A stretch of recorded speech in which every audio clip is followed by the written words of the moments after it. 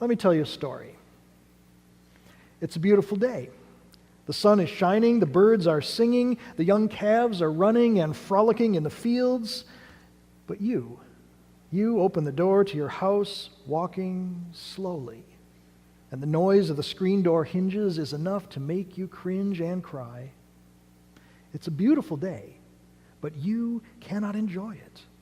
Your head hurts, your body aches, your throat, it hurts to swallow because you are on the way to the doctor.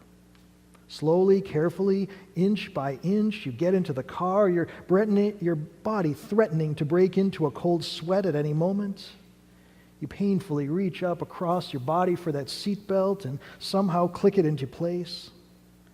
You start the car and drive slowly down the drive and out into the road. When you arrive at the clinic, you whisper at the receptionist your name. It hurts too much to do more. She smiles kindly and asks you, please find a seat. Soon the nurse calls out, and you trudge down the hall, sniffling and moaning. The nurse has you sit up on the table and does some nursey things like the thermometer and the pulse and the blood pressure cuff. A few notes on the chart, and she leaves. Outside, through the window, you can see it's a beautiful day. The sun is shining, but you are not enjoying it. All you want is to feel better. Your eyes begin to wander around that doctor's room. You see some old magazines with the address labels cut off. You see charts on the wall with messages about how to have a healthy heart or good pregnancy. It's hard to make sense of them because your eyes, well, they're not seeing straight. Your gaze wanders to the counter where you find a stainless steel sink, and there next to the soap you see a glass container with a silver lid, and inside you can see them. Oh yes, you can see them. Those short, flat sticks. You remember what they are, and you groan with anticipation. You know that soon the doctor will come through that door, and you know what will happen next. She will ask you some questions and check you over from head to toe, and then she will want to look in your mouth. She'll wash her hands and snap on some gloves, sure, but then she'll take out that flat wooden stick, that tongue depressor, from its jar. She'll spin around on her doctor's chair and come in real close. How do you like my story? Are you wondering how it will end? If you were to write the next words, do you know what the doctor would say? I bet it would be this. Open wide, stick out your tongue, and say, ah. Now, I know that we all know what those tongue depressors are for. Sitting there so nice and neat in their clean glass jar, they look like they should be inside a popsicle, but their real purpose is not nearly so sweet. Now, when the doctor uses that tongue depressor, her purpose is to get back inside your mouth, to hold your tongue down, first on the left and then on the right, and then way back in the center where no stick has any business being. Exactly. Now, in my mind, I know that the purpose of a tongue depressor is to be helpful and useful, because when I'm sick, the doctor needs to know exactly what's wrong in order to help. But when that flat wooden stick is pressing down, controlling my tongue, it sure doesn't seem like it's there to help, does it?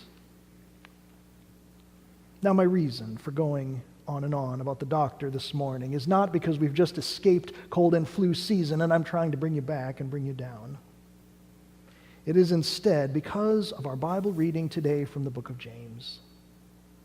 Now, in James chapter 3, he's not really concerned about getting sick and going to the doctor, but he is writing about tongues.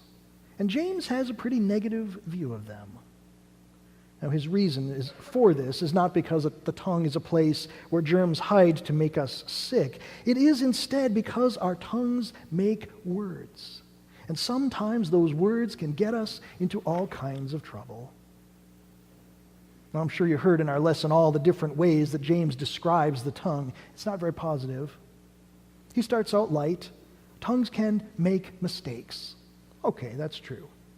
Tongues can also be capable of great exploits. Now we're going somewhere. Next, James says the tongue is like a fire. And then he really gets down to business.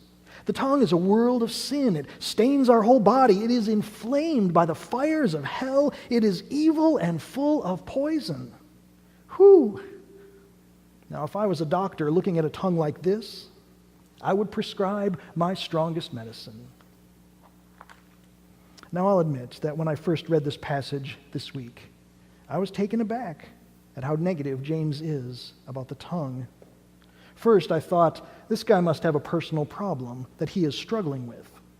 Then I thought he must be living with some people who can't control what they're saying, and James is sick of it.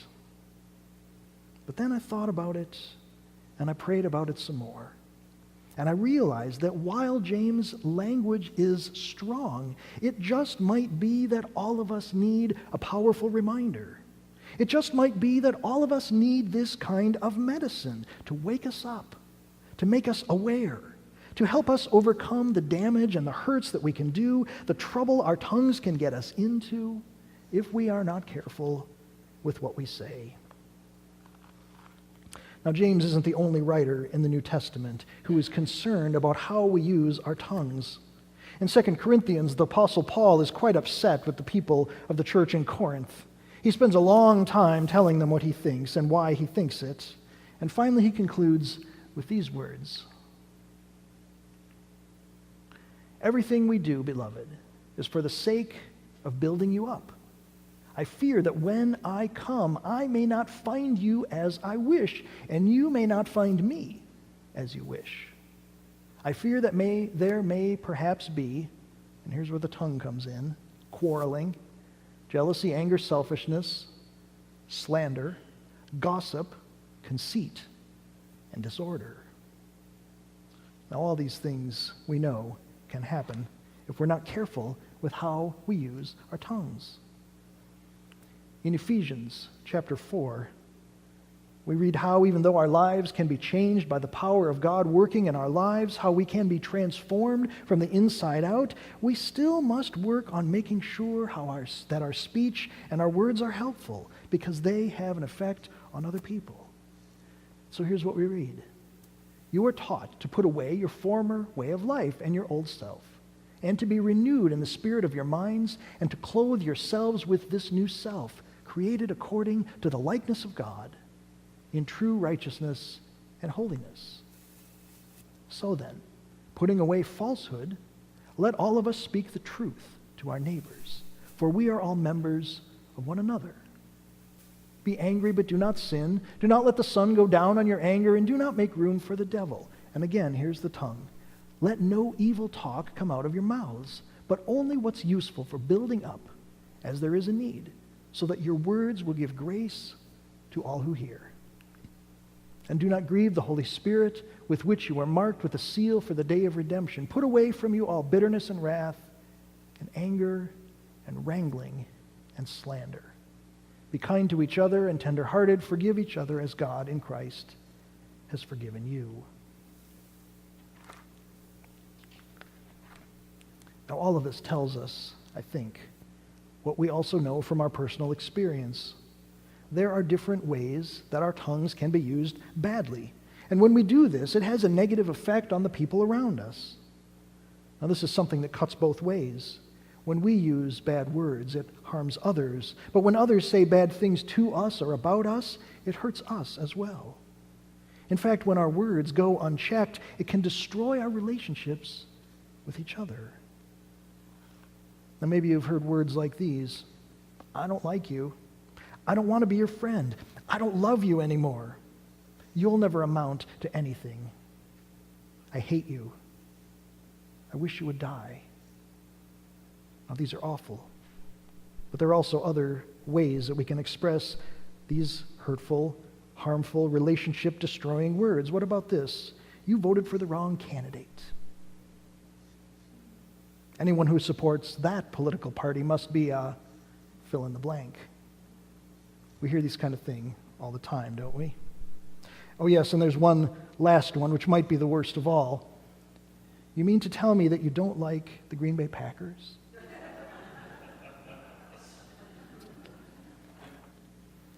Friends, our tongues are powerful because they form words that come from deep inside us. They allow us to communicate with others. But when we are not careful, they can cause big trouble in our lives and in our world. So maybe James is right. Maybe we do need to do something about fixing the words that we say. Maybe we need something like a tongue depressor to hold us back when we're tempted to say things we ought not to, things that might hurt or offend or damage others. Now I wonder what this could be.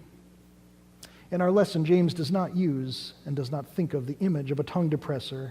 Instead, he talks about a horse's bit or a ship's rudder. But then in verse 9, there is something, I think, that can help us all. Now here's what he writes. With it, with our tongue, we bless the Lord and Father, and with it we curse those who are made in the likeness of God. From the same mouth comes blessing and cursing. James is shocked by this. And he goes on to say, my brothers and sisters, this ought not to be so. Now, it's easy to see James's point here. In fact, we probably agree with him. But there's something especially helpful here in verse 9. Something that can change not only our minds, but our hearts, and then our words will follow. Now, there are two ideas here in this verse, two statements that we can use to help us all to get better. The first is how we relate to God. James says that we should bless God. We should be thankful. God has done a lot for us and deserves our thanks and gratitude. We do this by living as God intends, by regular worship, by having faith and good relationships with each other. Now, the second part of James' suggestion, his directions, is this. It has to do with how we view other people. James says that we should remember other people are made in God's image, just like we are. They are God's children. They are our brothers and sisters. We are family. And this even applies to people we don't like, people who listen to the wrong kind of music, people who are different from us, even people who are filled with hate, or those who have done us wrong. Now, this is what Jesus says to his disciples on the Sermon on the Mount. If you only love your closest friends and families, what good does that do? You also need to love your enemies and pray for them. You need to ask God to bless them, and so change both their hearts.